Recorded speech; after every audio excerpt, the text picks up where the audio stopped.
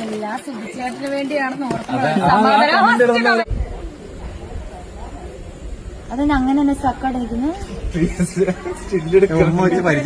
രേണുസുതി ഇത് ശരിക്കും പറഞ്ഞു കഴിഞ്ഞാൽ എന്തുവാ നല്ല സാമൂഹിക പ്രശ്നങ്ങളൊക്കെ ആയിട്ട് വളരെ മഹനീയമായിട്ട് അങ്ങ് മുന്നോട്ട് പോകാമെന്ന് വിചാരിച്ചതാ. ഇനി രേണുവിന്റെ വീഡിയോ ഒന്നും ചെയ്യണ്ട എന്നൊക്കെയുള്ള രീതിയിൽ കഴിഞ്ഞ തീരുമാനം പറഞ്ഞതാ. ഞാൻ പ്രത്യേകം എടുത്ത് പറഞ്ഞതാ. ദൈവത്തെ വെറുതെ രേണുമായിട്ട് റിലേറ്റ് ചെയ്ത ഒരു കാര്യം പറയരുത്. പിന്നെ കുറെ പേര് വിളിച്ച് പറഞ്ഞിട്ടുണ്ടായിരുന്നു നിന്റെ ചാനൽ തുറക്കുമ്പോൾ രേണു മാത്രമേ കാണുന്നുള്ളൂ. പിന്നെ നാണക്കേടല്ലേ, എന്തിനാണ് വെറുതെ എന്നുള്ള രീതിയിലിരുന്നതാ. പക്ഷേ ഞാൻ അവിടെ നിർത്തിയപ്പോഴത്തേക്ക് ബാക്കിയുള്ള എല്ലാ ചാനൽസും ഇത് ഓടി നടന്നിടുന്നുണ്ട്. സംഭവം എന്ന് പറയുക, ഇൻസ്റ്റാഗ്രാം തുറന്ന് നോക്കി കഴിഞ്ഞാൽ ഈ സാധനം മാത്രമേ ഉള്ളൂ. മീഡിയ, ജാങ്കോ സ്പേസ്, പിന്നെന്താ ജിൻ മീഡിയ, മറ്റേ മീഡിയ, മറച്ച മീഡിയ, മെയിൻ സ്ട്രീം ആണ്, ഇത് മാത്രമേ ഉള്ളൂ. ഒരാളെ ബ്ലോക്ക് ചെയ്യാന്ന് വെച്ച് കഴിഞ്ഞാൽ അതുകൊണ്ടൊരു കഥയില്ല. ഇല്ല, വേറൊരു കാര്യം പറയാം. രേണുവിനെ എന്തുകൊണ്ടാണ് ആൾക്കാർ പിന്നെയും എടുത്ത് റിയാക്ട് ചെയ്യുന്നതെന്ന് നിങ്ങളിൽ ഒട്ടുമിക്കപ്പെട്ട ആൾക്കാർക്കും അത് മനസ്സിലായി കാണും. ഈ അടുത്ത് പുള്ളിക്കാരത്തി കാട്ടിക്കൂട്ടുന്ന പരിപാടി, അതായത് റീച്ചിന് വേണ്ടി കിടന്ന് കെട്ടിപ്പിടിച്ച് അങ്ങ് മറിയുവാണ്. ഏതവനെയാണ് കെട്ടിപ്പിടിക്കുന്നതെന്നൊന്നും എനിക്കറിയാൻ വയ്യ. അവൻ എൻ്റെ ജീവിതത്തിൽ ആദ്യമായിട്ടാണ് കാണുന്നത്. ഞാൻ ഒരു നെല്ലിക്ക പറിക്കാൻ പോലും ഇവനൊന്നും ഒരു സിനിമയിലും കണ്ടിട്ടില്ല, ഒരു ഷോർട്ട് ഫിലിമിലും ഞാൻ കണ്ടിട്ടില്ല.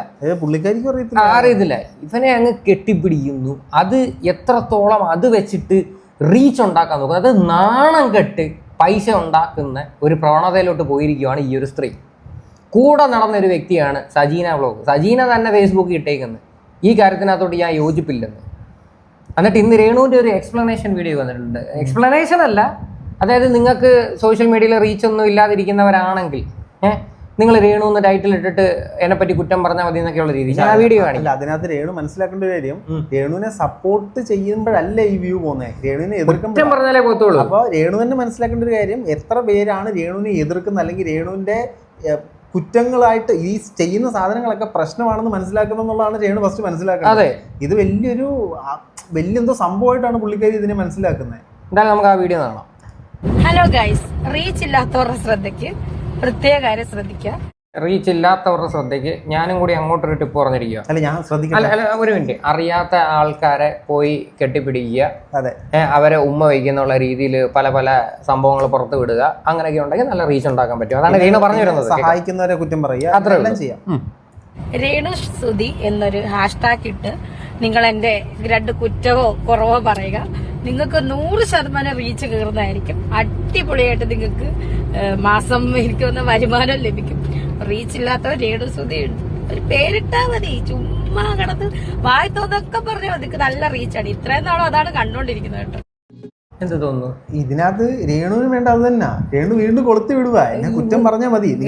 ആൾക്കാരുണ്ടെങ്കിൽ വീണ്ടും വന്നോ. ഇവർക്ക് യാതൊരു ഉളുപ്പും ഇല്ലാത്ത ഒരു സ്ത്രീയാണ്. ഞാൻ ഇവരെ പറ്റിയിട്ട് സംസാരിക്കുന്ന സമയത്ത് ഞാൻ ഭയങ്കരമായിട്ട് എന്താ പറയണ്ട, മാക്സിമം എന്നെ കൊണ്ട് പറ്റുന്ന രീതിയിൽ ഒതുങ്ങിയൊക്കെ ആയിരിക്കും ഞാൻ സംസാരിക്കുന്നത്. എന്നും പറഞ്ഞിട്ട് എനിക്ക് തെറി പറയാൻ അറിയാഞ്ഞിട്ടോ അല്ലെങ്കിൽ രേണുവിനെ ഭയങ്കരമായി വിമർശിക്കാൻ അറിയാട്ടോ അങ്ങനെയൊന്നും അല്ല. നല്ല രീതിയിൽ അറിയാം. പക്ഷേ പോട്ട് ഒരു സ്ത്രീയാണ്, ആ ഒരു മാന്യത നമ്മൾ കീപ്പ് ചെയ്യണം എന്നുള്ള രീതിയിൽ ഞാൻ നിന്നിട്ടുള്ളൂ.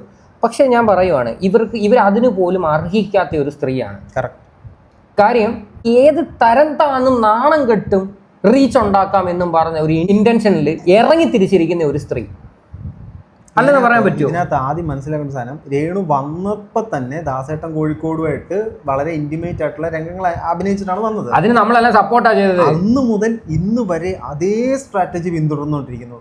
എല്ലാ തവണയും ഈ സുധിയുടെ പേര് എങ്ങനെ നശിപ്പിച്ച് അതിന് പകരം ഒരാളെ റീപ്ലേസ് ചെയ്യുന്ന പോലെ ആൾക്കാരെ തെറ്റിദ്ധരിപ്പിച്ച് അന്ന് മുതൽ ഇന്ന് വരെ അതേ റീച്ചാണ് പുള്ളിക്കാരി ഉണ്ടാക്കിക്കൊണ്ടിരിക്കുന്നത്. ഇപ്പോഴും ഒരു മാറ്റവും അത് തന്നെ ചെയ്തുകൊണ്ടിരിക്കുന്നു. ഏതോ ഒരുതിനെ കൂട്ടി വിളിച്ച് അവനെ കെട്ടിപ്പിടിക്കുന്നു, അവന് ഉമ്മ കൊടുക്കുന്നു, ചോദിച്ചു കഴിഞ്ഞാൽ പറയും അവിടെ ആൽബം ഷൂട്ട് ചെയ്യുന്നത്.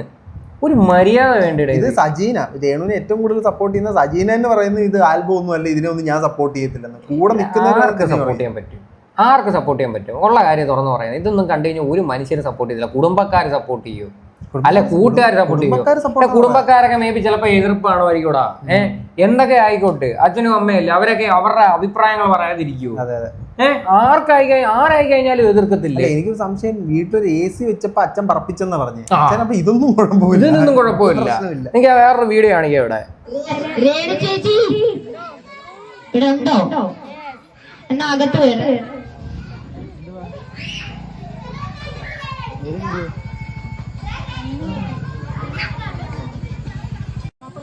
എന്തുവരെയും പറഞ്ഞതെന്ന് എനിക്ക് വല്ല ഐഡിയ ഉണ്ടോ?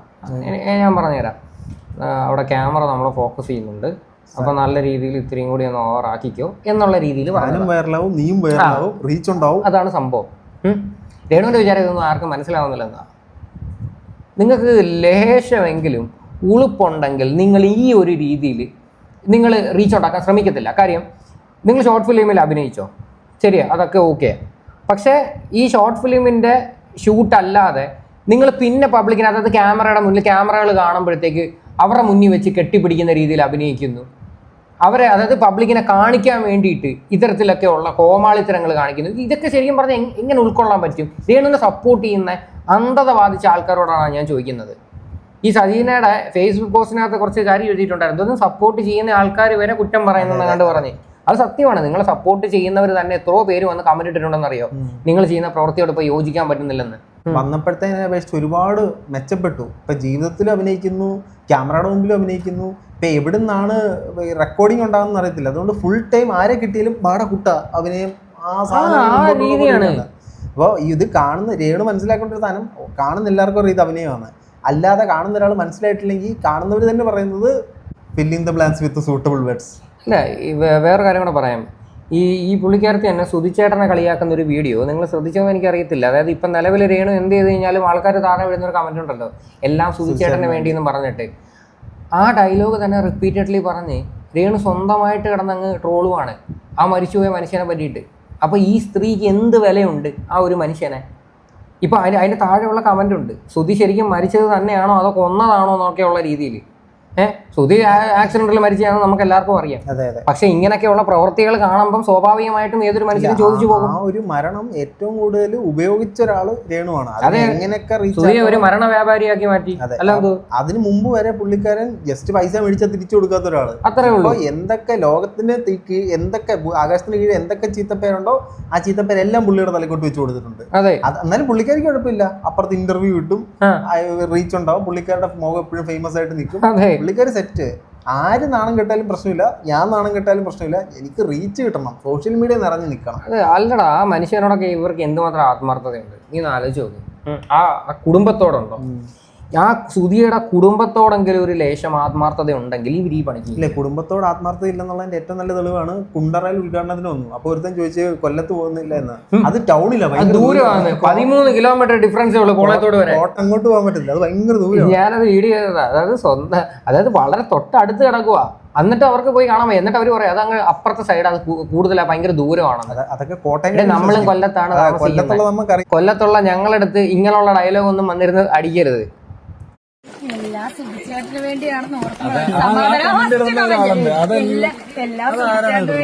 ഓർക്കുമ്പോഴാണ് ഒരു സമാധാനം പറയുന്നുണ്ടോ. എല്ലാം സുധിച്ചേട്ടന് വേണ്ടി ആണല്ലോ എന്ന് ആലോചിക്കുമ്പോഴാണ് സമാധാനം വന്നത്. അതായത് ഒരുത്തൻ്റെ കൈ പിടിച്ച് നടന്നുകൊണ്ട് പോയി പറയുന്നതാണ്. ഇവരിടയ്ക്ക് വെച്ചിട്ട് ഇവർ മുസ്ലിം ഒരു തട്ടമൊക്കെ ഇട്ടിട്ട് കണ്ടില്ലേ, ഒരു മുസ്ലിം പയ്യനെ കല്യാണം കഴിക്കാൻ പോകാന്ന് പറഞ്ഞിട്ട് അങ്ങനെ ഇല്ലാത്തൊരു കഥ ഇവർ പ്രചരിപ്പിച്ചു. അടുത്ത കണ്ടോ ഓരോ പരിപാടികൾ ഇവർ ചെയ്യുന്നത് കണ്ടോ? അല്ലെ, ഈ കൊല്ലം സുധിയുടെ മരണ തീയതി പോലും ഇവർക്ക് അറിയത്തില്ല. അതാ പറഞ്ഞത്. അതിന് ഇവര് പറയുന്ന കാരണം എന്താ പറയുമോ, ഞാൻ മോശം കാര്യങ്ങളും എന്റെ ജീവിതത്തിൽ ഓർക്കാറില്ല. പ്രശ്ന ന്യായീകരണം, ഇങ്ങനെ ഒരു ന്യായീകരണം ഞാൻ കേട്ടിട്ടേ ഇല്ല. ദുരന്തമായിട്ടുള്ള കാര്യങ്ങൾ എന്തിനാ നമ്മുടെ ജീവിതത്തിൽ ആലോചിക്കുന്നത്? ഇങ്ങനെയൊക്കെ വേണം ഒരു വിഷയത്തിൽ നമ്മൾ ന്യായീകരിക്കാൻ. സൂപ്പർ. എന്തൊരു സ്ത്രീയാണ് ഇവര് ഇപ്പം പറയുന്ന കണ്ടില്ലേ, ആ കൈ പിടിച്ചോണ്ട് ആ ഒരു മനുഷ്യനെ അപമാനിക്കുവാണ്. ഇതിന് ഒരു മനുഷ്യർക്ക് പ്രതികരിക്കണ്ട. എല്ലാരും രേണു എന്ത് ചെയ്ത് കഴിഞ്ഞാലും സൂപ്പർ, രേണു കിടിലമാണ് എന്നാണ് രേണുവിന്റെ അന്തം ഫാൻസ് പറയുന്നത്. എല്ലാരും പറയല്ലേ, ചില ബോധമില്ലാത്ത അത് തന്നെ, ചില ബോധമില്ലാത്തവർക്ക് ബോധം വന്നു തുടങ്ങിയിട്ട് ബോധം വന്ന് നൈസായിട്ട് അങ്ങ് മുങ്ങുക, കമന്റ് പോലും ഇടാതെ അങ്ങ് മുങ്ങുക. എല്ലാ സുധിച്ചേട്ടന് വേണ്ടി നോക്കുമ്പോഴാണ് സുധിച്ചേട്ടന്റെ മക്കൾക്ക് വേണ്ടിയല്ലേ, പിന്നല്ലാതെ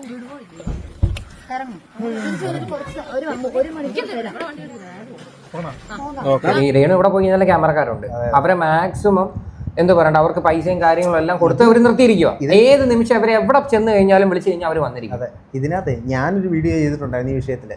ഈ പുള്ളിക്കാരുടെ മൂഡ് ശരിയില്ലെന്ന് പറഞ്ഞു. പുള്ളിക്കാരി നേരെ തിരിഞ്ഞു നിന്ന് മൂഡ് ശരിയാണോ എന്ന് ചോദിച്ചേ. ഇത് കഴിഞ്ഞിട്ട് അന്നേരം അത് കട്ടായിപ്പോ അടുത്ത ചാനലുകാരന് കിട്ടിയില്ല. അവൻ വീണ്ടും അത് എടുക്കാമെന്ന് ചോദിച്ചപ്പോൾ രണ്ടാമത് വീണ്ടും എന്റെ മൂഡ് ഇപ്പം കിട്ടിയോ എന്നുള്ള രീതിയിൽ രണ്ടാമത് അതേ സാധനം റീടേക്ക് ചെയ്ത് വെച്ചേക്കുന്നത്. ഞാൻ ഇന്ന് ആ വീഡിയോ ചെയ്തിട്ടോ, ഇന്നലെ ഞാൻ ആ വീഡിയോ അപ്ലോഡ് ചെയ്തിട്ടാ വന്നേ. പുള്ളിക്കാരി എല്ലാം റീടേക്ക് ആണ്. അവന് വേണ്ടുന്ന സാധനം അവന് വീണ്ടും കൊടുക്കാം, ഇതേ സാധനം ഇവന് വീണ്ടും കൊടുക്കാം, എല്ലാം ക്യാമറയിൽ കിട്ടണം, അത്രേ ഉള്ളൂ. എന്തു പറയേണ്ടത് എനിക്ക് പറയാനായിട്ട് ഇത് പറയണ്ട ഇല്ലേ. സമ്മർ ഇൻ ബെത്ലഹേമിനകത്ത് ഈ ജയറാം മഞ്ജു വാര്യരെ പറ്റി പറയുന്നൊരു സീനുണ്ട്. 10 രൂപ കൊടുത്തു കഴിഞ്ഞാൽ പബ്ലിക്കായിട്ട് വന്ന് മൂത്രം ഒഴിക്കുമെന്ന് പറഞ്ഞിട്ട് കളിയാക്കുന്ന ഒരു സീനുണ്ട്. രേണു അങ്ങനെ മൂത്രം ഒഴിക്കുമെന്നല്ല ഞാൻ പറഞ്ഞു തരുന്നത്. റീച്ചിന് വേണ്ടിയുണ്ടല്ലേ ഈ ഉടായ്പ കാണിക്കുന്ന പരിപാടി നിങ്ങൾ നിർത്തി കഴിഞ്ഞാൽ നിങ്ങൾക്ക് തന്നെ നല്ലത്. കുറച്ച് റീച്ച് പോകുന്നുള്ളൂ, നിങ്ങൾക്കുള്ള ഒരു നല്ല പേര് നിലനിൽക്കും. ആ ബിഗ് ബോസിൽ നിന്ന് ഇറങ്ങിയപ്പോൾ എല്ലാവരും നിങ്ങളെ പോസിറ്റീവായിട്ട് പറഞ്ഞതാണ്. അവിടുന്ന് ജസ്റ്റ് ഒരു 2 ആഴ്ചയ്ക്കാവും മറ്റേ ശാരികയ്ക്ക് ഒരു ഇന്റർവ്യൂ കൊടുത്തു, തീർത്തു തുടങ്ങി, അവിടുന്ന് തുടങ്ങി. അതല്ലടാ, എന്തുകൊണ്ടാണ് ഇപ്പോൾ ഇവർ ബിഗ് ബോസിൽ നിൽക്കാത്തതിന്റെ റീസൺ പിടികിട്ടിയത്? അതെ അതെ, ബിഗ് ബോസിൽ നിൽക്കാത്തതിന്റെ കാരണം എന്ന് വെച്ച് കഴിഞ്ഞാൽ ഇതൊക്കെ തന്നെയാണ്. ഇവർക്ക് ഇങ്ങനെ വരണം, ഇങ്ങനെ കെട്ടിപ്പിടിച്ച് ഇങ്ങനെ കുറെ റീൽസും കാര്യങ്ങളൊക്കെ ഇടണം, എന്നിട്ട് എങ്കിലും ഇവർക്ക് സോഷ്യൽ മീഡിയയിൽ റീച്ച് ഉണ്ടാക്കാൻ പറ്റും. ഈ സോഷ്യൽ മീഡിയ റീച്ച് എന്ന് പറഞ്ഞു കഴിഞ്ഞാൽ ഒരു തരം അതൊരു പ്രത്യേക തരം ഒരു മാനസിക അസുഖമാണ്, അതൊരു കിക്കാണ്.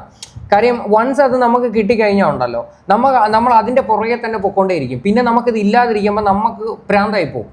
അതങ്ങനെയാണ്. ആ ഒരു സാധനം ഇവർക്ക് കിട്ടിക്കഴിഞ്ഞു, അതുകൊണ്ടാണ് ഇവരിങ്ങനെ നടക്കുന്നത്. ഇനി വേറൊരു റീലുണ്ട് ഈ ദാസേട്ടനുമായിട്ട്. ഇയാൾക്ക് ഇത് എന്തിൻ്റെ കാണാൻ ഇവിടെ കിട്ടുന്നില്ല. ഈ മനുഷ്യൻ എന്തൊക്കെ രേണുവിനെ പറ്റി ആരുടെത്തൊക്കെ പറഞ്ഞിട്ടുണ്ടെന്ന് നമുക്ക് വളരെ വ്യക്തമായിട്ട്. ഇനി ദാസേട്ട ഇതൊക്കെ വന്ന് ചോദിക്കാൻ നിന്ന് കഴിഞ്ഞാൽ എടുത്ത് വെച്ച് പ്രൂവ് ചെയ്യാൻ നമ്മളെ കൊണ്ട് പറ്റും. അതല്ല, രേണു ബിഗ് ബോസിൽ പോകുന്ന സമയത്ത് നീ കേട്ടോണം, ദാസേട്ടൻ പല ആൾക്കാരുടെ അടുത്തും പലതും ചെന്ന് പറഞ്ഞിട്ടുണ്ട് രേണുവിനെ പറ്റിയിട്ടൊക്കെ. ഇപ്പം രേണുവായിട്ട് റീലെടുക്കുന്നു, ഇന്റിമേറ്റ് സീൻ അഭിനയിക്കുന്നു, എന്നിട്ട് ഒരു ഡയലോഗ് അടിക്കുന്നുണ്ട്. എന്തോ ചില മലരന്മാരായിട്ടുള്ള യൂട്യൂബേഴ്സ് അനാവശ്യമായിട്ട് കോൺട്രവേഴ്സി ഉണ്ടാക്കുന്നത്. അപ്പൊ തനിക്ക് ഉളുപ്പുണ്ടോ? താൻ ഒരു ഗവൺമെന്റ് ജോലിക്കാരനാണ്, തനിക്കൊരു ഡിഗ്നിറ്റി ഉണ്ട്. താൻ കാണിക്കുന്ന എന്ത് പ്രവൃത്തിയാണെന്ന് ആദ്യം സ്വന്തമായിട്ട് ചിന്തിക്കും. അതിനുശേഷം ബാക്കിയുള്ളവരെ ചെന്ന് തെറി വിളിക്കും. എനിക്കറിയാം ഇത് കാണിച്ചു കഴിഞ്ഞാൽ റീച്ച് ഉണ്ടാകത്തോളം. ഇവിടെ എല്ലാത്തിനും ഒരു ലിമിറ്റ് ഉണ്ട്, എല്ലാത്തിനും ഒരു ബൗണ്ടറി ഉണ്ട്, മനസ്സിലായോ? ഓവറായി എവരെയും വെച്ചോണ്ട് അവർക്ക് സത്യം പറഞ്ഞു കഴിഞ്ഞാൽ ഒരു രീതിയിലുള്ളൊരു നാണമില്ല. കാര്യം എന്ത് കാണിച്ചു കഴിഞ്ഞാൽ അവർക്ക് യാതൊരു പ്രോബ്ലം ഇല്ല ഇങ്ങനെയുള്ള. പക്ഷെ തനിക്കൊരു ഫാമിലി ഉണ്ട്, തനിക്ക് മക്കളുണ്ട്, മനസ്സിലായോ? അതിൻ്റെതായിട്ടുള്ള ഒരു ബോധവും വിവരവും തനിക്ക് വന്നു കഴിഞ്ഞാൽ വളരെ നന്നായിരിക്കും. ഇനി ഇതും പറഞ്ഞിട്ട് ഇനി എൻ്റെ അടുത്ത് കാണും വന്ന് ഇൻസ്റ്റാഗ്രാമിൽ വന്ന് മെസ്സേജ് ഇടാനോ ചോദിക്കാനോ നിൽക്കരുത്. കാര്യം നിങ്ങൾ ചെയ്യുന്ന തെറ്റിനെയാണ് ഇവിടെ വിമർശിക്കുന്നത്, വളരെ മാന്യമായിട്ടുള്ള ഭാഷയിൽ. അല്ല, മെസ്സേജ് ഇട്ടാൽ ബാക്കി കാര്യങ്ങൾ അപ്പം കിട്ടാം. ഓക്കെ, ഒരു മുത്തം കൊടുത്ത് നിർത്തിക്കോട്ടോ. ഒത്തിരി ഒരു നോട്ടം കൂടെ കൊടുത്തരും നല്ല രീതിയിൽ.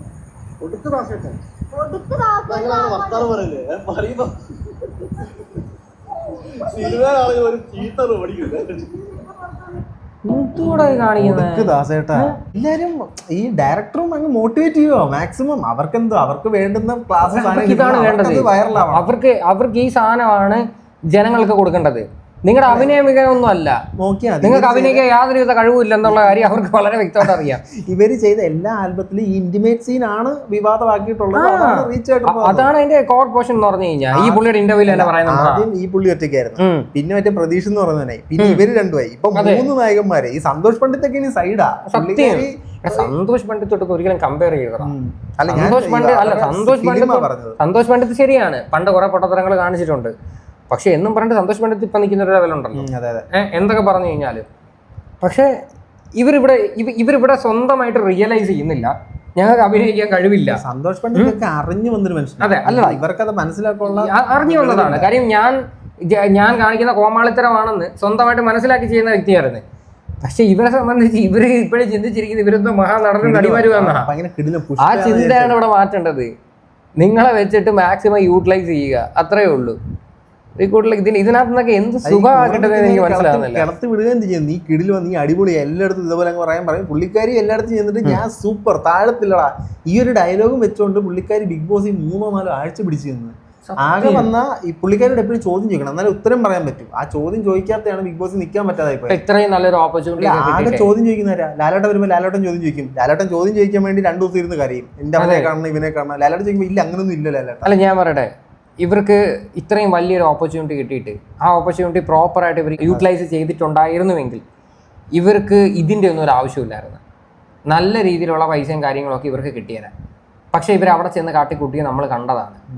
ഇവർക്ക് ഇതേ കണക്ക് പുറത്ത് വന്നിട്ട് ഇങ്ങനെയുള്ള തരികിടകൾ കാണിക്കണം. ഇവര് മുമ്പേ നമ്മൾ പറഞ്ഞില്ലായിരുന്നോ, സുധിച്ചേട്ടന്റെ കാര്യം പറഞ്ഞു, മരണം ഓർക്കുന്നില്ല, ദുരന്തം. ബിഗ് ബോസിൽ നിന്നിപ്പോ മോന്റെ ബർത്ത്ഡേ എന്തോ മറന്നു പോയില്ലായിരുന്നോ? അത് ദുരന്തം അല്ലല്ലോ. സ്വന്തം മകന്റെ ബർത്ത്ഡേ പോലും ഇവർക്ക് ഓർമ്മയില്ല. അതാണ് അതിലും വലിയ കോമഡി.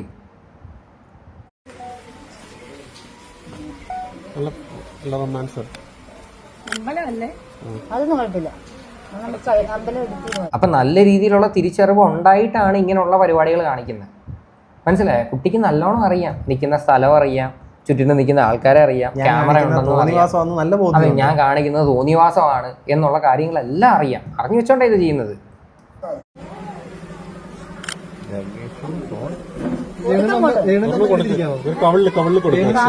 കൊടുക്കടാ എന്താടാ കൂടെ കൊടുത്ത് അങ്ങനല്ല കുറച്ച് അതന്നെ അങ്ങനെ തന്നെ സ്റ്റക്കായിട്ട് നിൽക്കുന്നു. ഫുള്ള് പെർഫ്യൂം ആണോ? നല്ല മണം അല്ല ഉമ്മ വെച്ച് പരിചയമില്ലാത്തോണ്ടല്ലേ? പരിചയമില്ലല്ലോ ആരോടാ അല്ലേ? ഉണ്ടോ? ഞാനില്ലാന്നോട്ടാ വിചാരിച്ചു. അവന് തന്നെ വളരെ വ്യക്തമായിട്ട് അറിയാം. അവനെ ഉമ്മ വെച്ച അവൻ പറഞ്ഞ ഡയലോഗ് കേട്ടോ, ആരോടാ? അതായത് അവൻ ഉമ്മ വെച്ചതിനകത്ത് കൈയും കണക്കുമില്ല. അവന്റെ ഒരു ക്യാരക്ടർ അവൻ തന്നെ എക്സ്പോസ് ചെയ്യുന്നതാണ്. ഇനി ഇതിനകത്ത് വേറൊരു സീൻ ഞാൻ കാണിച്ചു തരാം. ഇതിപ്പോ നിങ്ങൾ ഷൂട്ടിങ്ങിന്റെ ഇടയിൽ നടന്നൊരു സാധനമാണ്. ഇതിനകത്ത് വേറൊരു സാധനം കൂടെ ഉണ്ട്. ഇത് അത് കാണിക്കുന്നതിനുണ്ട്. ഇതിനകത്ത് വേറൊരു സാധനം കൂടെ ഉണ്ട്. ഇവിടെയാണ് അവന്റെ കൈ. ഇത് നാച്ചുറൽ ആണോ അതോ എന്തോ നിൽക്കുന്ന സീനിലെല്ലാം അതാണ് പോസ്. മോനെ പോസ് മാറ്റിപ്പിടി കേട്ടോ. അതല്ലടാ, ഈ ഇവനുണ്ടല്ലോ, ഇവനൊക്കെ സത്യം പറഞ്ഞ രേണുവിനെ പറ്റി കൂടുന്നതെന്ന് വെച്ച് കഴിഞ്ഞാൽ ഈ പ്രതീക്ഷന് കിട്ടിയ ഒരു റീച്ചറിയും ഒരു സമയത്ത് പ്രതീക്ഷ ഭയങ്കര ഹൈപ്പായിരുന്നു. യൂസ് ചെയ്തു പ്രതീക്ഷ അത് അത്യാവശ്യം യൂസ് ചെയ്ത് എന്തൊക്കെ പറഞ്ഞു കഴിഞ്ഞാലും. പിന്നെ പ്രതീക്ഷ ടാലന്റും ഉണ്ട്. ഉണ്ട് പ്രതീക്ഷ. പിന്നെ അത്യാവശ്യം അഭിനയിക്കുകയൊക്കെ ചെയ്യും കേട്ടോ, ഇല്ലെന്നൊന്നും ഞാൻ പറയത്തൊന്നുമില്ല. പക്ഷേ ഇവൻ ആ ഒരു പാറ്റേൺ പിടിക്കാൻ നോക്കുക. അതായത് പ്രതീക്ഷന് പിന്നെ ഒരു ലിമിറ്റേഷൻ ഉണ്ടായിരുന്നു തോന്നുന്നു പല കാര്യങ്ങൾക്കും. പക്ഷെ ഇവനെ സംബന്ധിച്ച് യാതൊരു കുഴപ്പവും ഇല്ല എന്നും പറഞ്ഞിട്ട് ഇറങ്ങി തിരിച്ചിരിക്കുവാണ്. ഇത് തന്നെ നോക്കിയുണ്ട് കുറെ ഉണ്ടാവും ഫ്ലാറ്റിലോട്ട് പോവാന്നൊക്കെ പറഞ്ഞിട്ടുള്ള സാധനങ്ങളൊക്കെ ഞാൻ കണ്ട്. ഇതിനകത്ത് വേറൊരു സീനുണ്ട്. ഇപ്പം നിങ്ങൾ കണ്ടത് ഏതോ ഷൂട്ടിങ്ങിൻ്റെ ഇടയിലുള്ളൊരു സീനാണ്. അത് ഓക്കെ, അത് ആ ഒരു സെൻസിലെടുത്ത് നമുക്ക് വിടാം. പക്ഷേ വീട്ടിനകത്ത് കാണിക്കുന്ന കുറച്ച് പരിപാടിയുണ്ട്. അത് ഞാൻ ഇവിടെ കാണിച്ചു തരാം. നിന്റെ നുണക്കുഴി കണ്ടപ്പോ അടിവയറ്റിലും മഞ്ഞുള്ള രാത്രി നിന്റെ ചിരിയത് കണ്ടപ്പോ അയ്യോ നെഞ്ചിലൊരാ